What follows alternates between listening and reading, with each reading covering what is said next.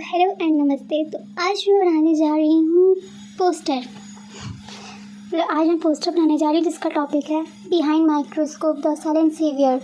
तो ये टॉपिक जो है MLTN कोर्स पर है। मतलब हाँ, हमारे कॉलेज में सेलिब्रेट किया जा रहा है MLT वीक, तो उसमें पोस्टर कंपटीशन हो रहा है, तो ये मैं उसके लिए बना रही हूँ। आप लोग भी बना सकते हो।